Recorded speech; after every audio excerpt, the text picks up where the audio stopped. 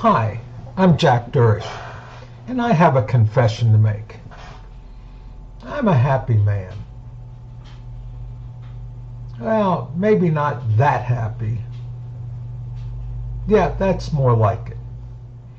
No, I haven't always been happy. Oh, not nearly always. As a matter of fact, some of my darkest days, well, I think that many young people can relate to my darkest days today. Some of my darkest days were those days when I was unemployed. Now, probably you've been unemployed. You may even be unemployed now. If not, you at least know someone you care about who's unemployed. And it's not a very happy time for anyone, is it? As a matter of fact, I've probably been unemployed more than most anyone else you've ever known in your life. And I'm not going to go into a political rant. It's not the government's fault. No, not by a long shot. It's me.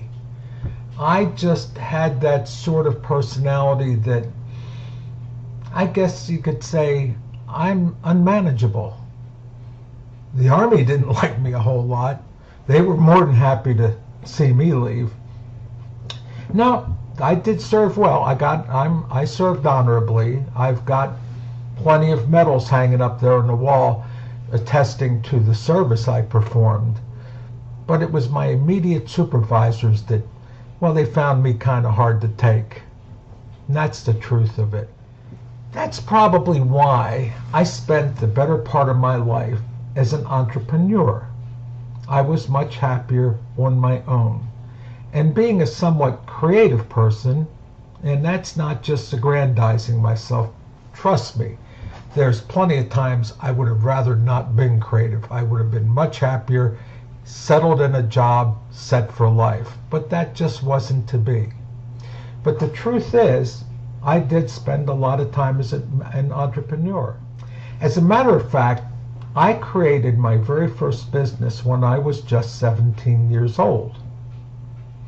My brother had gotten me a job my first summer out of high school, working in a plant where he was production manager.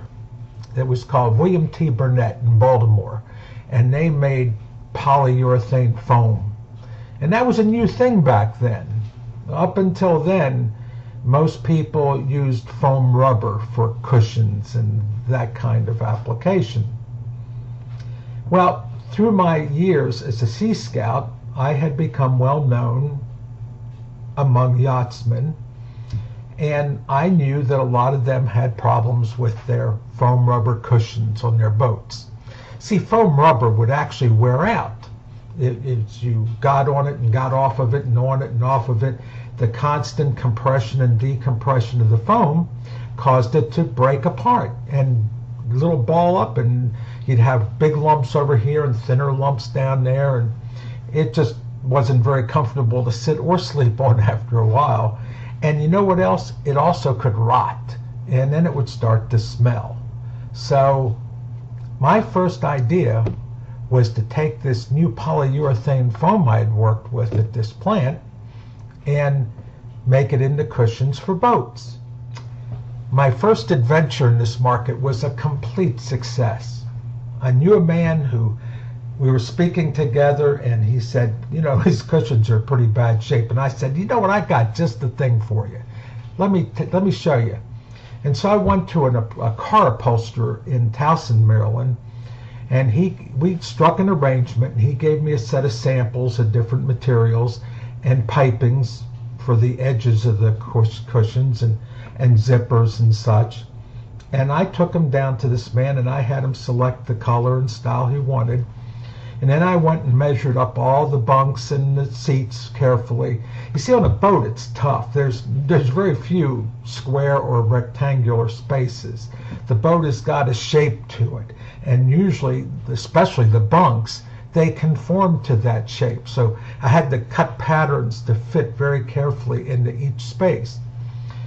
The only expense I had in this business was I had to buy a saw. There's a special saw used for cutting the foam. So I bought the foam from my brother's company, took it home to my parents' basement, cut it to shape, delivered the blocks of foam to the upholsterer, and he covered them in the material and piping that the owner of the boat had selected. When I delivered them, the owner was overjoyed.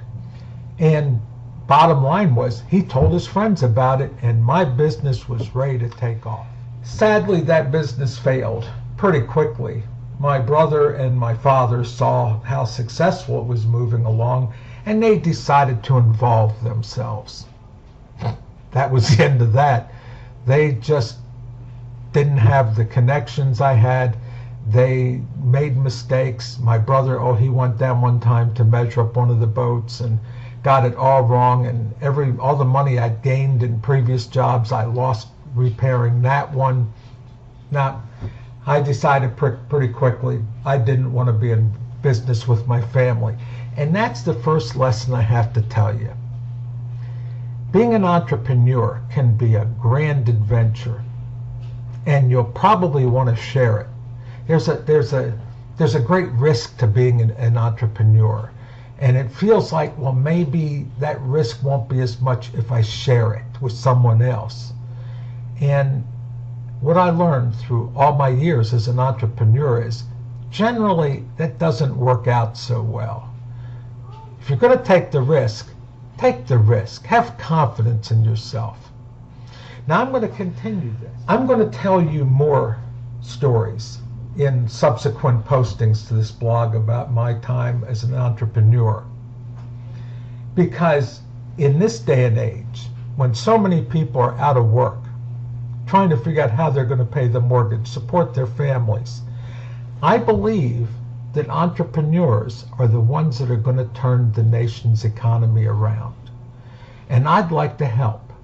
So I'm going to tell you about my experiences, the successes and the failures.